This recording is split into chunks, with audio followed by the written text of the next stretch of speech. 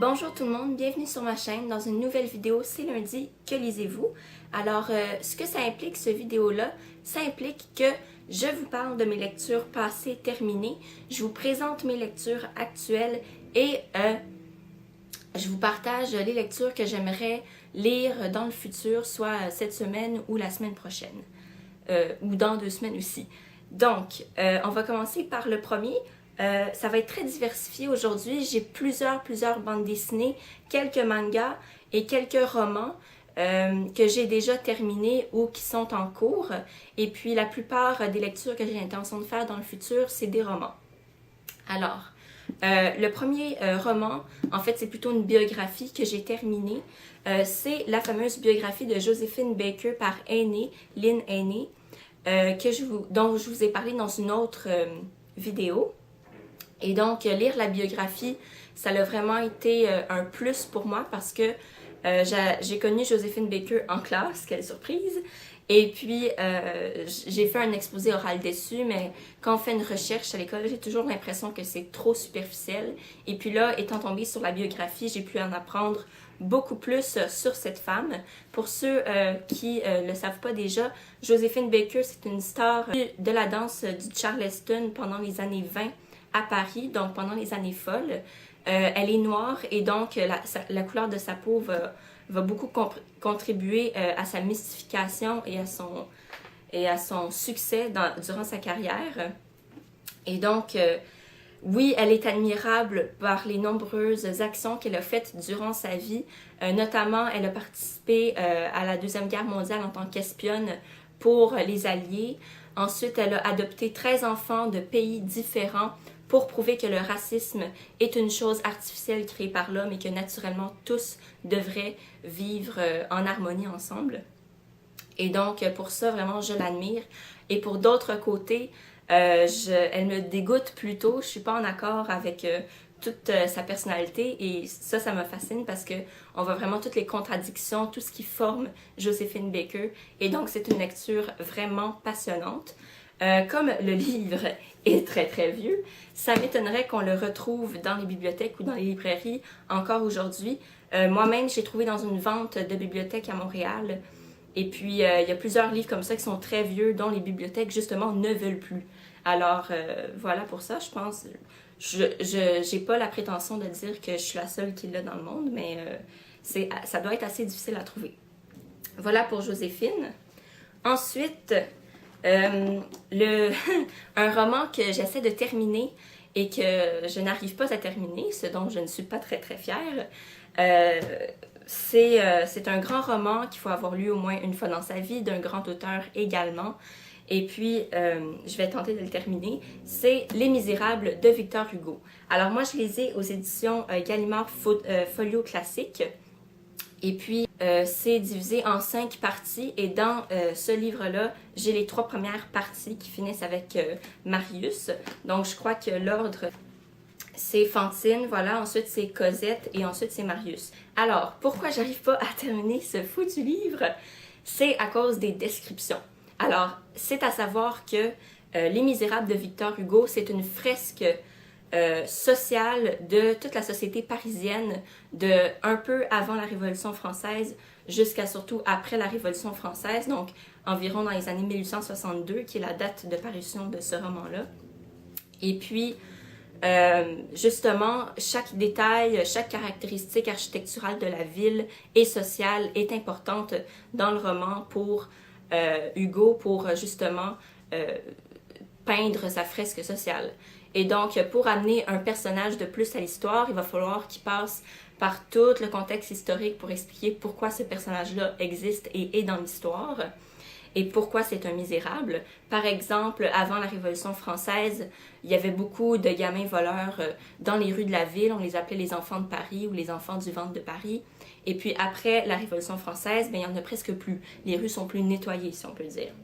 Et donc, quand on arrive dans l'intrigue du roman, c'est très bon, c'est très intéressant, c'est bien écrit, mais les descriptions, mon Dieu, c'est long. La plus longue et la plus pénible à travers laquelle j'ai dû passer, je vais vous la montrer, c'est... je vais vous montrer combien de place à prendre dans le roman, là. C'est c'est pas mince. Puis c'est toute une description, là, il n'y a pas d'histoire là-dedans. Donc, c'est la bataille de Waterloo. Et elle prend cet espace-là dans le roman. Et donc, il y a beaucoup de dates, c'est très dense, beaucoup de noms historiques, il y a beaucoup de stratégies militaires qui y sont décrites, d'atmosphère, de description de paysages pour vraiment qu'on aille en tête clairement l'image de la bataille de Waterloo. Et on l'a en titi, croyez-moi. Mais je comprends l'importance de cette bataille-là, mais passer à travers, je pense que ça a été un des moments les plus difficiles. Je pense que j'arrêtais ma lecture à chaque 15 pages, à chaque fois que je lisais. Puis je lisais 15 pages un jour, puis après fallait que j'attende l'autre jour pour continuer à lire. Là. Mais sinon, mis à part les descriptions très très longues, c'est un bon roman, c'est une bonne intrigue et c'est vraiment touchant à plusieurs moments parce que justement les misérables entre eux vont s'aider, vont tenter d'améliorer leur sort. Alors voilà pour Victor Hugo. Et finalement, une lecture que je fais en ce moment qui est en cours, à part Les Misérables, c'est un roman journalistique. Et le roman journalistique, c'est vraiment mon genre préféré. J'avais déjà dit dans une autre vidéo. Alors, c'est Le Libraire de Kaboul de Anne Sirstad. C'est une journaliste norvégienne. Et donc, je ne parle pas norvégien. Ça se peut que j'aille foirer son nom de famille. Désolée. Et donc, Anne, on va l'appeler comme ça, pendant sa carrière journalistique, est allée plusieurs fois en Afghanistan. Et un jour, elle a découvert une librairie. Puis, elle a acheté plusieurs livres dans cette librairie-là à Kaboul. Dont le libraire est Sultan, un homme de famille, un homme dans la cinquantaine, je crois. Et donc, un jour, elle a l'idée d'aller dans cette famille-là et d'y habiter pour décrire leur mode de vie, relater des anecdotes qu'ils voudront bien lui dire. Et donc, elle va demander la permission à Sultan, qui accepte. Alors, ça permet à Anne d'entrer vraiment dans un monde nouveau. Pour elle, c'est pas une famille qui est représentative de l'Afghanistan parce que cette famille de libraire-là est quand même assez aisée. Elle a de quoi manger tous les jours. Toutes les femmes sont comme bien traitées, bien habillées, tout ça. Alors, c'est plutôt une famille qui l'a inspirée pour écrire le roman journalistique. Et dans ce roman-là, on apprend tellement de choses sur le mode de vie des femmes, sur leurs pensées. Anne va plusieurs fois revêtir la burqa pour qu'on la laisse tranquille parce qu'une occidentale qui se promène dans la ville, c'est mal vu, ça attire des regards mais malveillants. Et donc, elle va utiliser la burqa pour qu'on la laisse tranquille, pour qu'elle puisse observer aussi de sa cachette ce qu'il y a autour d'elle. Et puis, on en apprend autant sur le mode de vie des femmes que des hommes. Et le stéréotype de penser que les hommes ont vraiment la vie facile, qu'ils peuvent faire ce qu'ils veulent sans remords et dormir sur leurs deux oreilles le soir, est faux. Il y a des hommes qui veulent sortir de ce régime-là, qui veulent la liberté, qui veulent s'habiller à l'occidental, qui sont tannés de s'habiller comme ils le font. Et donc, on va voir tout ça, on va accéder à toutes leurs pensées, aux pensées des gens de la famille, autant des femmes que des hommes, et des cousins et des tantes et des petites cousines de cette famille-là. Et donc, très très intéressante lecture. Le style d'écriture est là encore une fois simple, clair et fluide, comme dans le roman journalistique que je vous avais présenté, Ébène, dans une vidéo précédente. Je pourrais vous mettre le lien en bas de vidéo. Alors, voilà pour Le Libraire de Kaboul. D'ailleurs, avant que j'oublie, en Afghanistan, à Kaboul, Sultan a vécu sous plusieurs régimes, soit le régime des Russes, des talibans, et des communistes. Et puis, 3 fois, sa librairie a été brûlée, a été pillée parce qu'on considérait ses livres profanatoires. Les images qu'il y avait dans les livres devaient être brûlées parce qu'on interdisait de lire ou de voir des images. Et donc, je trouve que Sultan a été vraiment courageux et persévérant de toujours réouvrir sa librairie et de recommander des livres, d'aller en imprimer illégalement d'autres pour pouvoir fournir de bonnes lectures à ses clients. Alors, voilà enfin pour Le Libraire de Kaboul. Maintenant, retournons aux lectures que j'ai terminées pour les mangas et pour les bandes dessinées. Dans les deux cas, j'ai pas les livres, j'ai pas les bandes dessinées avec moi parce que je les ai louées à la bibliothèque de mon copain qui n'est pas proche de chez moi et donc je les louais, je les lisais le même jour et je les rapportais. Pour certaines, j'ai pu les prendre en photo pour vous montrer la couverture. Et pour les autres dont je n'ai pas pu prendre la photo, je vais vous mettre... je vais aller prendre une photo sur Internet puis je vous la mettrai à quelque part dans la vidéo. Donc, on va commencer par les mangas. Je suis pas une grande lectrice de manga. J'en ai lu étant au secondaire, mais ensuite j'ai arrêté d'en lire parce qu'il y avait toujours des lectures plus importantes à mes yeux que je voulais faire en premier. Et donc là, j'y suis retournée et j'ai commencé par Yu-Gi-Oh!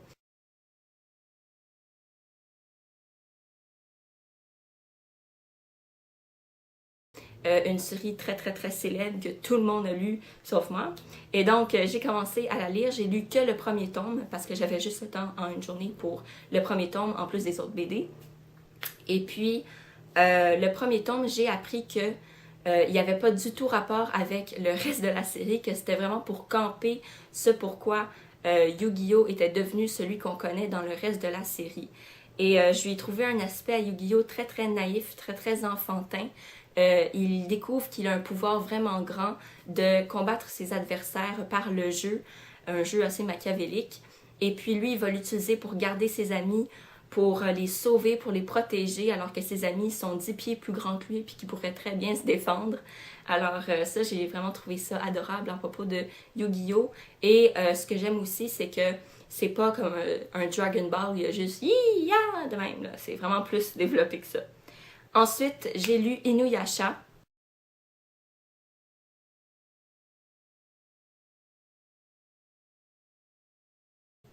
Et Inuyasha, encore le premier tome, c'est l'histoire d'une gardienne d'une perle qui a le pouvoir d'augmenter le pouvoir des monstres, des méchants et de ses ennemis humains. Et donc, la gardienne de la perle va mourir un jour où elle réussit à protéger la perle contre son ennemi humain. Qui a des cheveux blancs, on va l'appeler l'homme aux cheveux blancs. Et donc, elle meurt et va se réincarner physiquement dans le corps d'une jeune fille des années plus tard, qui, elle, un jour se promène sur sa propriété et va proche du puits de la propriété, qui est le sujet de nombreuses histoires que lui raconte son grand-père. Elle tombe par accident dans le puits et se retrouve téléportée au temps de son ancêtre, et puis se doit de protéger la perle en équipe avec l'homme aux cheveux blancs qui est malgré lui obligé de l'aider. Si vous lisez, vous allez voir pourquoi. Ensuite, pour les bandes dessinées, j'ai mes petites notes avec moi parce que ma mémoire est pas super, fait que je vais me souvenir vraiment de toutes les bandes dessinées que j'ai lues. Il y en a pas tant que ça, mais encore là, ma mémoire laisse à désirer. Donc, j'ai lu Lady S,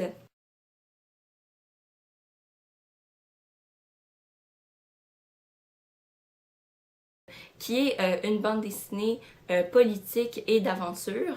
Alors, Lady S, c'est une jeune fille qui vient des pays de l'Est, dont les parents vont être tués parce que c'est des scientifiques très importants et intelligents qui travaillent sur un projet que le gouvernement veut garder secret. Et donc, ils sont éliminés. Et puis la jeune fille va grandir sous la tutelle d'un politicien américain qui l'accueille illégalement chez lui et qui l'adopte aussi illégalement parce qu'elle a une fausse identité pour se sauver la peau. Et puis Lady S, j'aime beaucoup son personnage parce qu'elle est forte, intelligente et très belle. Et puis, justement, un jour, par chantage, elle va être obligée de travailler pour une compagnie dont elle ne sait rien. Donc, comme lecteur, on ne sait pas s'il travaille pour les méchants ou les gentils. Puis, on ne sait pas, quand elle a une mission à accomplir, on ne sait pas c'est quoi le but final, on le sait seulement à la fin. Et donc, c'est vraiment... ça tient en haleine parce que nous, comme lecteurs, on veut savoir qui est la compagnie. Et au fur et à mesure qu'on lit les bandes dessinées, on a plus de réponses. Ensuite, j'ai lu la bande dessinée Sambre.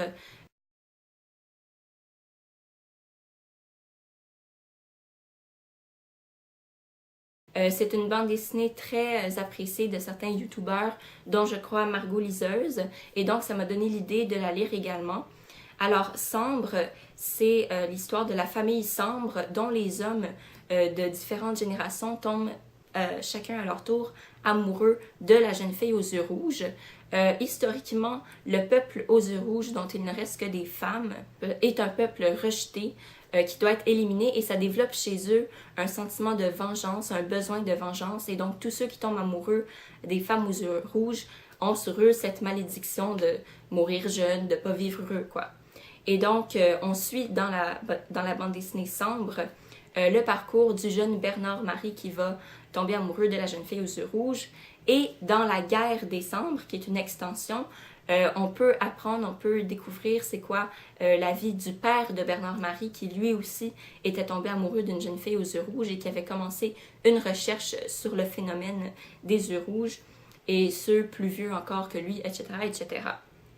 Alors voilà pour Sambre. Ce qui est très attirant, intéressant et original de cette bande dessinée-là, c'est bien sûr le thème et selon moi, les couleurs dans la bande dessinée. Alors le tout est très sombre, dans des tons neutres de terre, de gris. Et puis les pops de couleurs, c'est vraiment le rouge. Alors le rouge, c'est la couleur dominante, évidemment, mais c'est très bien fait, ça fait pas mal aux yeux non plus, là. La dernière bande dessinée que j'ai lue, c'est la série des mondes de Torgal.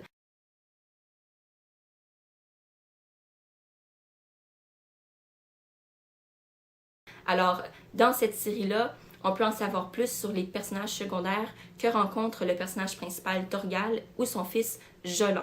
Alors, les mondes de Torgal, ça vient de la série principale. C'est une extension de la série principale Torgal. Pour ceux qui ne la connaissent pas, je vous conseille fortement d'aller peut-être la louer à la bibliothèque, de vous renseigner sur elle. C'est une vieille bande dessinée, bien dessinée, qui a toujours eu du succès et qui se réfère, qui se campe dans un monde où les mythes et légendes nordiques prennent beaucoup de place, même une place principale, parce que le monde est en cohabitation et en dessous du monde, justement, des dieux nordiques. Et donc, il y a beaucoup de magie, il y a beaucoup de fantastique, et c'est vraiment passionnant. Voilà pour les bandes dessinées, les lectures présentes, les lectures passées. Maintenant, passons aux lectures que j'ai l'intention de faire la semaine prochaine ou dans 2 semaines. Ça dépend de mon emploi du temps. J'ai choisi en premier une lecture en anglais parce que je lis pas souvent en anglais. Et là, c'est un ami qui m'a conseillé ce roman-là, me disant que c'était vraiment un bon roman et que l'écriture était fluide et aisée à lire. Et donc, j'ai pensé, pourquoi pas, ça serait bien de commencer par une lecture comme ça qui est plus facile à lire. Alors, c'est Middlesex de Geoffrey, et attention, j'ai foiré le nom, désolé, Eugenides. Donc, on va l'appeler Geoffrey. Alors, Geoffrey est le lauréat du prix Pulitzer, alors ça donne une idée de la qualité du roman. Et donc, Middlesex, ça le dit, c'est l'histoire d'un hermaphrodite, d'un homme-femme, donc le sexe du milieu. Et puis, j'ai vraiment hâte de découvrir qu'est-ce qu'on peut faire avec un hermaphrodite dans un roman qui gagne un prix Pulitzer. Donc, j'ai pas lu encore la 4e de couverture et je ne vais pas vous la lire en anglais pour pas vous casser les oreilles. Alors, voilà pour Middlesex. C'est aux éditions Picador. Alors, voilà pour Middlesex. Ensuite, un roman policier que j'ai vraiment hâte de lire et que j'ai découvert en classe. Donc, j'ai découvert l'auteur en classe. Quelle surprise, encore une fois. C'est Patricia MacDonald qui a écrit La double mort de Linda. Alors, Patricia MacDonald, j'ai appris qu'elle détestait l'hypocrisie du genre humain. Donc, c'est vraiment pas quelqu'un qui estime positivement le genre humain. Et donc, j'ai hâte de retrouver ça dans le roman. J'ai aussi hâte de voir comment elle développe ses intrigues, si c'est complexe ou si, comme lectrice, je suis capable de deviner la fin d'avance. Donc, voilà pour La mort de Linda. Je vous en parle bientôt. Et la dernière lecture que je me suis prévue, c'est le roman que j'ai, dans toute cette pile-là, le plus hâte de lire, mais vraiment beaucoup. C'est le 4e tome, Le Banni, des Chroniques des temps obscurs, écrit par Michel Pavé. Et ce 4e tome-là, ça fait, je crois, 4 ans qu'il est dans ma bibliothèque, mais que je n'ai pas lu parce que ma sœur voulait le lire avant. Et donc, j'avais respecté ce choix et je l'avais pas lu, mais finalement, elle l'a jamais lu. Les pages sont toutes belles, jamais été ouvertes. Alors, je vais le lire enfin. Et puis, c'est une série jeunesse qui est publiée d'ailleurs chez Hachette Jeunesse, mais vraiment, là, à tout âge, ça peut se lire. J'ai vraiment hâte de voir comment là, ça va se développer. Et puis, chaque livre est aussi meilleur les uns que les autres, ce qui est vraiment rare dans une série. Alors, c'est l'histoire de ce jeune Thorak ici, qui vit 6000 ans avant notre ère, dans un monde où les humains organisent leur pays avec des clans. Donc le clan du loup, le clan du corbeau, le clan des poissons, etc. etc. Et dans les premières pages du premier tome, Thorak perd son père qui est assassiné. Et donc, il va partir à la recherche de réponses sur la mort de son père, qui va découvrir comme un homme tout autre qui cachait beaucoup de secrets et va se chercher une nouvelle maison, donc un nouveau clan où il peut vivre, mais ça va être très difficile. Les clans ne semblent pas vraiment vouloir de lui et donc il doit découvrir pourquoi. Je vais vous montrer le premier tome, comme ça vous donne une idée. Alors, le premier tome, c'est Frères de loup, Chronique des temps obscurs, vraiment bonne série, fantastique, un peu de magie. On en apprend aussi comment Thorak chasse par lui-même et donc ce petit côté documentaire-là, mais vulgarisé, m'intéresse beaucoup. Il n'y a jamais de temps mort dans cette série-là, c'est vraiment très très excellent et les caractères sont gros. Donc ça se lit vraiment bien, c'est du roman de 300 pages, tout ça. Alors, je vous le conseille fortement. Alors, c'est tout pour aujourd'hui. Je vous ai tout montré et j'espère que ça va vous avoir donné plein d'idées de lecture pour cet été ou pour plus tard dans l'année. Alors, d'ici une prochaine vidéo, dépendant justement de mon emploi du temps, ça peut aller à la semaine prochaine ou dans 2 semaines. Et puis, je vais bientôt vous envoyer une autre vidéo entre le deuxième, c'est lundi, pour pas vous faire attendre trop longtemps. Alors, d'ici là, je vous souhaite une super belle journée. Bye bye!